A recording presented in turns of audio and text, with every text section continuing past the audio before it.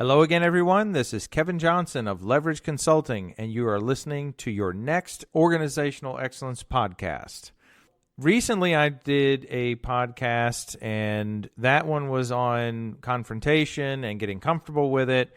And in some of these podcasts and sometimes in the discussions, we might talk about things in concept, but then there's always application. And I thought, well, why not go ahead and do another one today that is on the same topic, but now we'll talk about application.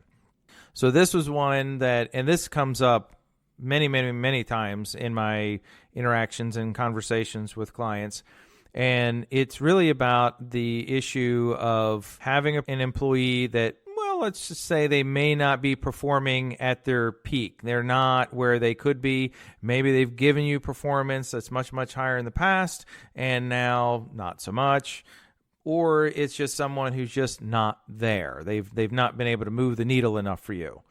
So I believe for a lot of people who are managers or entrepreneurs, owners, doctors, it sometimes, because we're so busy and we have so much going on, that we may think, well, the easy thing to do is just to, and you've heard the phrase, throw the baby out with the bathwater. We make this decision that it's just easier to allow this person to be redeployed into the workforce, and we'll go find somebody new. And I believe that most times that really comes back around to confrontation. Funny enough, though, when I'm talking to clients and I ask them about how much time they have for things, everyone is stretched for time. So this really comes down to making good choices. And in this case, when we think about the alternatives, investing, even if it's just 2 to 3 hours, and you might think to yourself, I don't have 2 to 3 hours.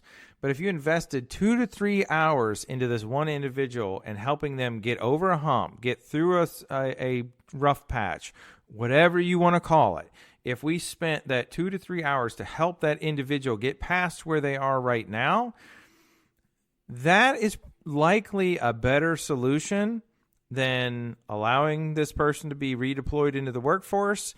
And then what are we left with now? We have to put an ad out. And interestingly enough, most people that I talk to say, I am having a tough time finding anybody worth hiring, which then I also find people in the workforce who say, I can't find a good job. So there's a whole mismatch in another podcast at some point.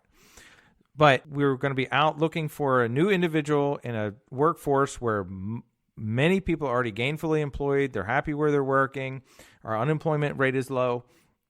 So we're going to spend some time. We're going to spend money looking for the next employee. And then that employee starts working for you after you've already been through 3, 4, 5, 10 interviews with individuals, some of them multiple interviews. So how much time would that have eaten up for you? And I'm guessing that in itself, everything I just described, is probably 20 to 40 hours worth of your work at least. So our 2 to 3 hours of investing in that one individual versus now 40 hours just getting somebody hired. And we haven't even gotten into the idea of training this new person. This person, when they come in, they're not a full-time equivalent. They might be at 20% of what the person was that just left. And it's going to take them a year, potentially 2 years to get up to speed. So sometimes weighing what the alternatives are beyond just the immediate future. Weighing the alternative of, if I invest 2 to 3 hours into this individual and I turn this thing around and they get through this rough patch and their performance improves, versus I'm going to take the easy route, terminate the individual, and now I'm in this position where I absolutely have to go find someone else. I have to interview several individuals. I have to look through resumes. I have to get this new person integrated, trained, and so forth. You're talking 80, 100, however many hours to get this new person hired and up to speed, versus 2 to 3 hours, which might consist of a little confrontation. The time investment on your behalf is likely much better spent on helping get this person up to speed, the one who's in a rough patch, and your return on investment is probably going to be a lot higher, because this person that we go and work with for 2 to 3 hours, they probably already have a great skill set in your business or your practice. And now we get them off and running, and they are back to a full-time equivalent, whereas that other person we would have hired is nowhere near a full-time equivalent, and they go from a 20% to a 50% to hopefully 100% at the end of the first year. Your return on investment is so much better just taking those 2 to 3 hours and investing in that one employee.